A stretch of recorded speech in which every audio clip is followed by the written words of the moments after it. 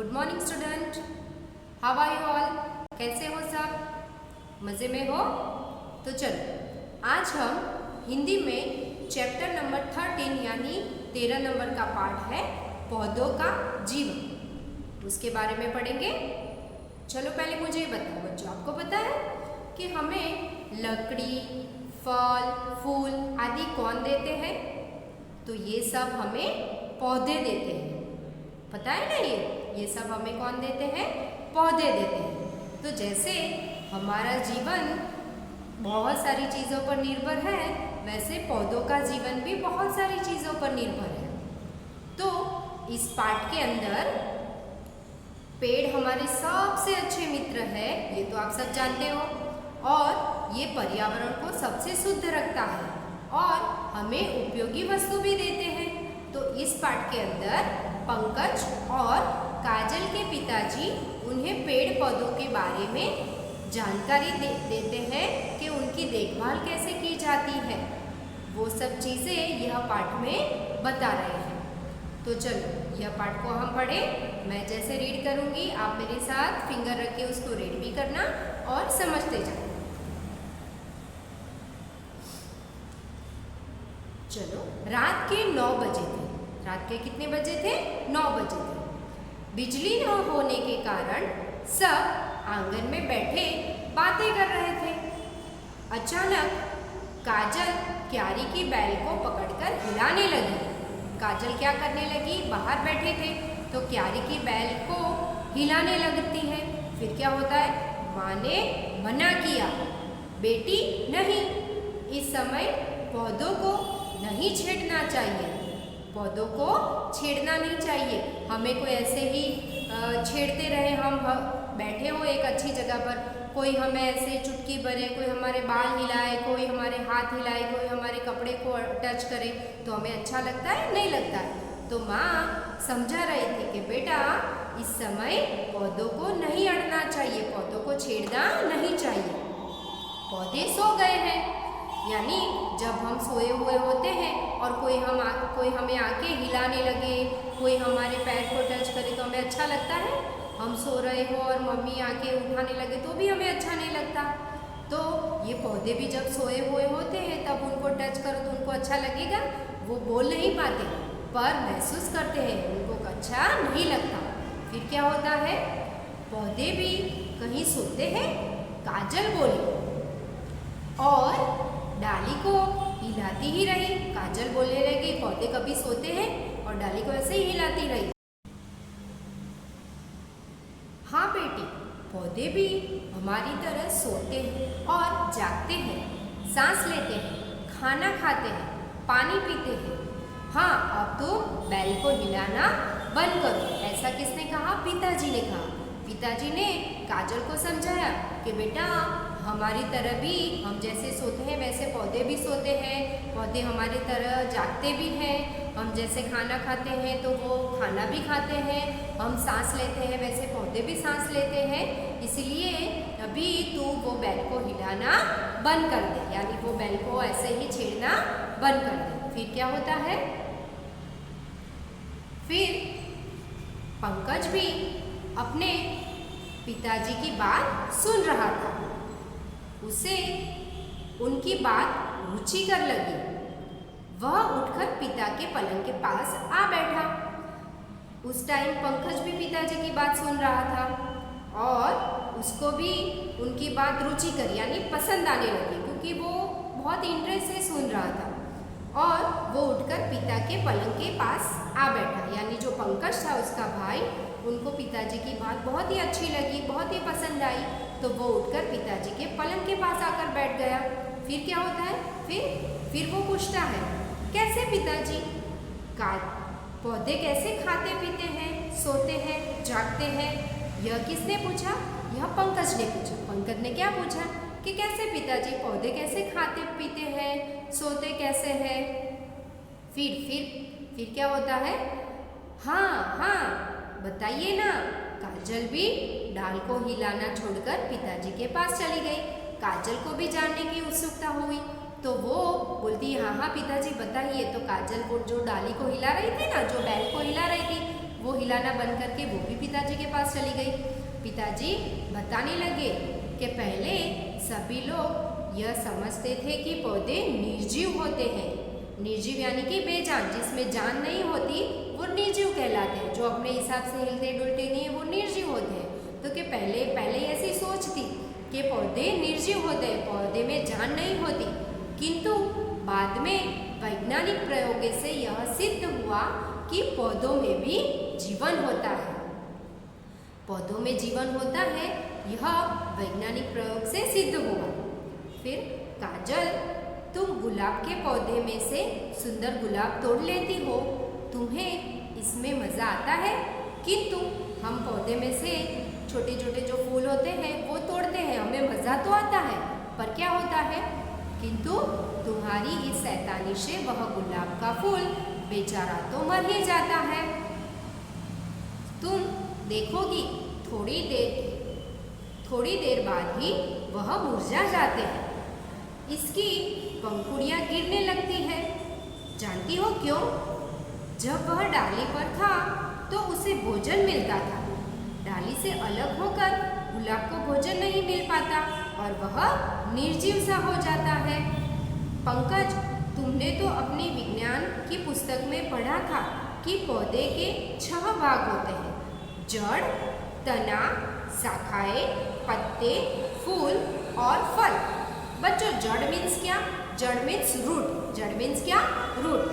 तना मीन्स क्या? तना मीन्स स्टेम। शाखाएं मीन्स ब्रांचेस। पत्ते मीन्स लीफ। फूल मीन्स फ्लावर और फल मीन्स फ्रूट। तो ये 6 पार्ट्स है किसके? पौधे के। देखो बच्चों, आपको पता है ना, यहाँ पिताजी ने क्या समझाया? काजल को कहा कि आप गुलाब का फूल होता है वो पौधों में से तोड़ लेते हो, पर क्या होता है, गुलाब थोड़ी देर के बाद मुरझा जाता है ना, उसकी जो पत्तियाँ होती है वो बिखर जाती है, नीचे गिर जाती है, यानी उसमें जान नहीं रहती। क्यों जान नहीं रहती? क्योंकि उसको जो खाना मिलता है, उसको जो ऑक्सीजन मिलता है वो तो उसकी डाली में से, ब्रांचेस में से मिलता है, वो तो हमने तोड़ लिया उसके ऊपर से। फिर आगे पिताजी क्या समझाते हैं? तो आगे समझाते हैं कि जड़ें पौधों के लिए वही काम करती है जो तुम्हारा मुंह तुम्हारे लिए करता है।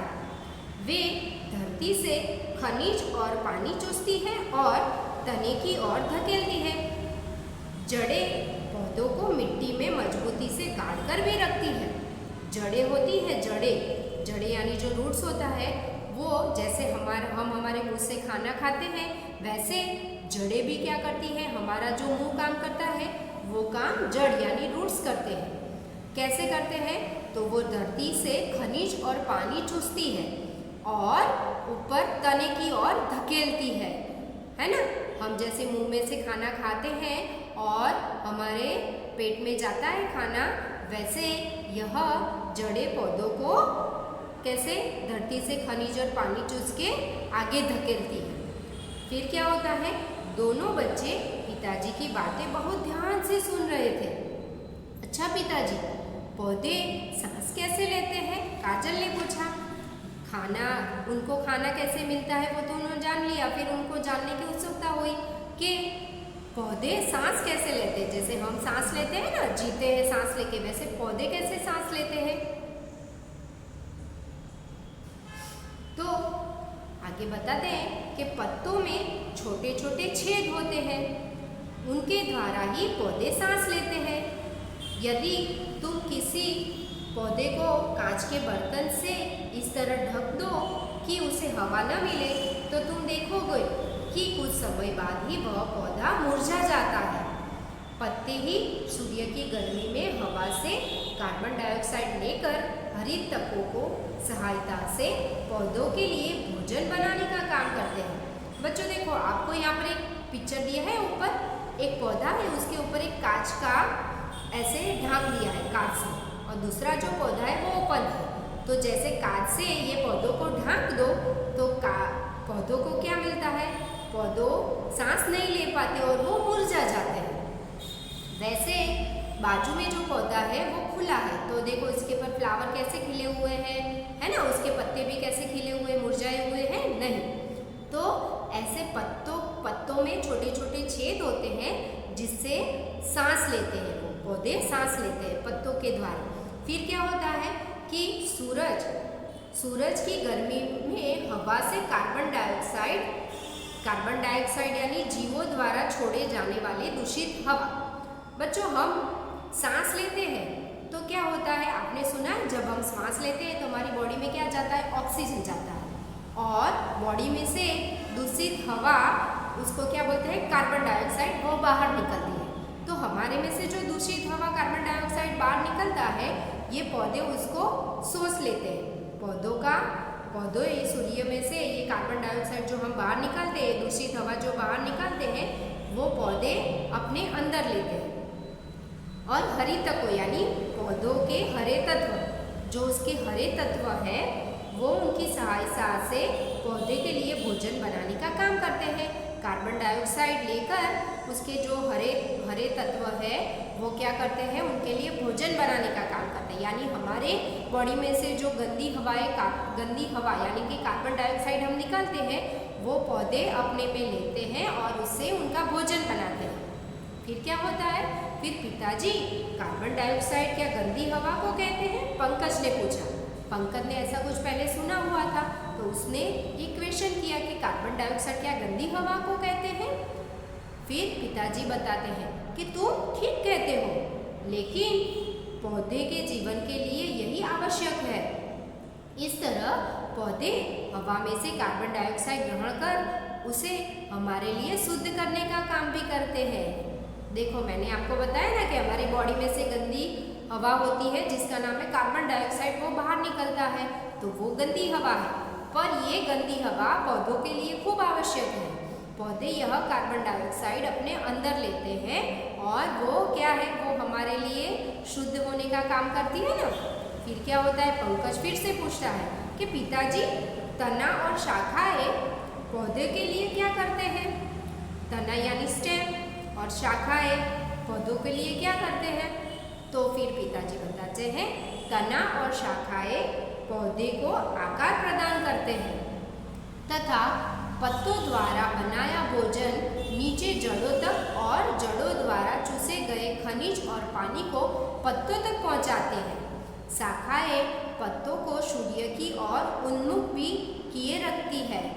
वे समझाने लगे, यानी पिताजी ने समझाया। उन्मुख यानी क्या? मुख ऊपर किए हुए। उन्मुख यानी मुख ऊपर किए हुए। देखो यहाँ पर क्या समझाते हैं पिताजी, तना और शाखाएं पौधों को आकार प्रदान करते हैं, है ना। हमारे बॉडी में जो नसें होती है वो क्या करती है, हमारी बॉडी को आकार देती है ना।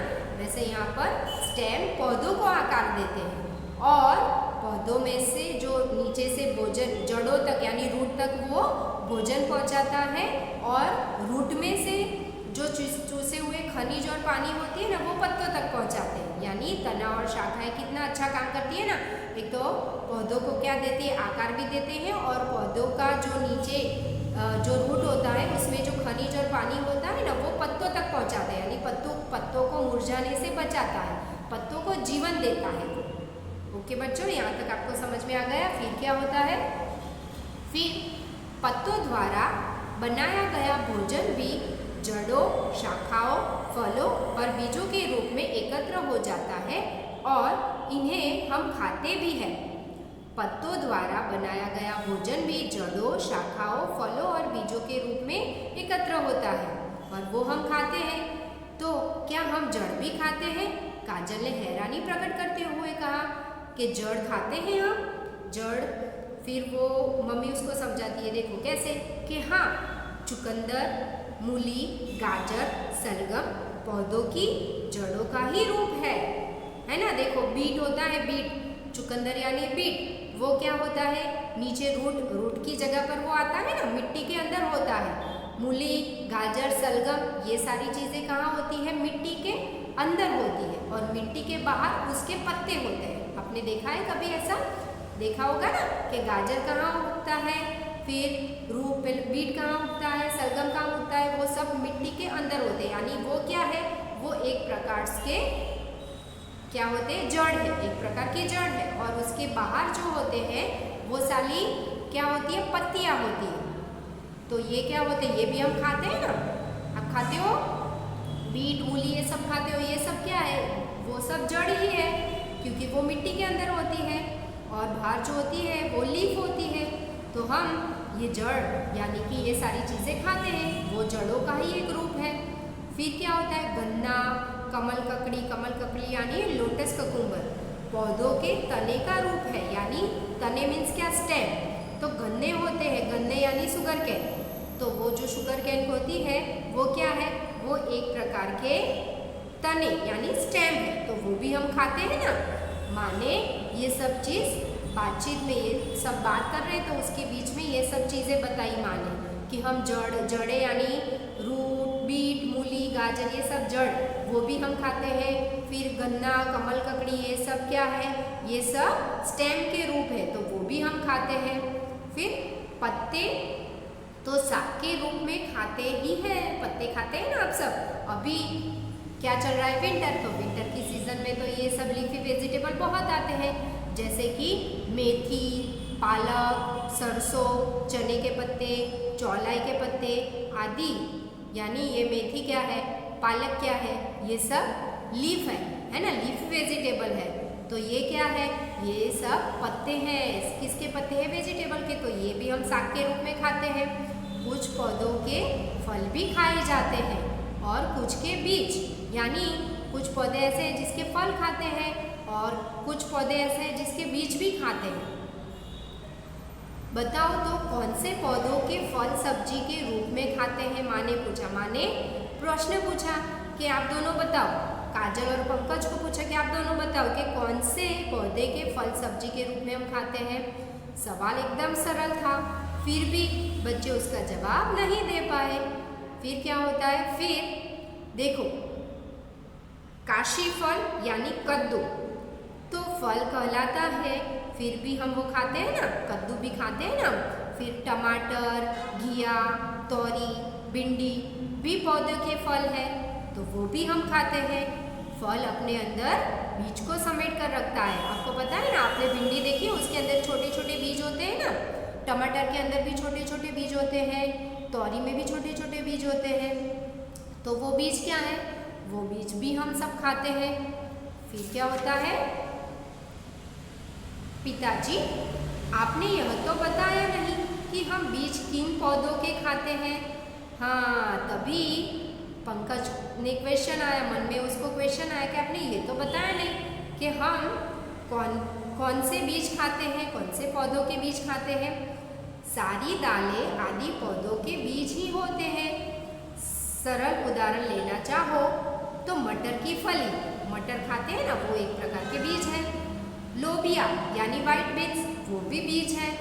सेब, गवार की फली का नाम भी ले सकते हैं। ये सब क्या है, ये सब है बीज। तो जो हम खाते हैं ना आप सब, मटर खाते हैं, व्हाइट बीन्स खाते हैं, गवार की फली खाते हैं, तो ये सब बीज के उदाहरण है। ये सब किसने बताया, ये सब बताया माँ ने। इतने में बिजली आ गई। माँ उठकर रसोई घर में खाना पकाने लगी। बिजली आ गई तो माँ खाना पकाने के लिए रसोई घर में चली गई। पिताजी ने समझाया, वनस्पति जगत पर हमारा जीवन निर्भर है, इसलिए हमें व्यर्थ में फूलों और पौधों को तोड़ना नहीं चाहिए। तुमने देखा है, माली पौधों को अपने बच्चों के समान प्यार करता है, उनकी देखभाल करता है। हमें भी उसकी तरह पेड़ पौधों की देखभाल करनी चाहिए। खाना लग गया है, अब जल्दी से अंदर आकर खा लो, कहीं बिजली फिर से न चली जाए। माँ की आवाज़ आई तो बच्चे उठकर कमरे की ओर चल दिए, किंतु दोनों अभी भी पौधों के विषय में ही सोच रहे थे। इतनी सारी जानकारी पौधों के बारे में जाननी थी, पर ये सब जानकारी जानने के बाद बच्चे पौधे के बारे में ही सोच रहे थे। और बच्चों, यह पाठ आपने पढ़ा तो आपको ये तो समझ में आ गया ना कि पौधे कितने इम्पोर्टेंस है। वनस्पति जगत हमारे जीवन पर निर्भर है, इसलिए आपको कभी भी पेड़ पौधों की तोड़ना नहीं चाहिए, उसकी देखभाल करनी चाहिए। समझ में आ गया आप सबको? पौधों के बारे में भी समझ में आ गया, पौधे कैसे सांस लेते हैं, पौधों को खाना कैसे मिलता है, यह सब इस पाठ से हमें समझ में आ गया। इसीलिए अब से हम क्या करेंगे, कभी भी पौधों को, फल को ऐसे तोड़ेंगे नहीं। समझ में आ गया सबको? ओके बच्चों, यह पार्ट अच्छी तरह आपको समझ में आ गया होगा, ये आशा मैं रखती हूँ। ये पार्ट अच्छी तरह बारी बारी रीड करना और उसके क्वेश्चन आंसर भी अच्छी तरह लर्न करना। ओके बच्चों, bye bye, good bye, take care.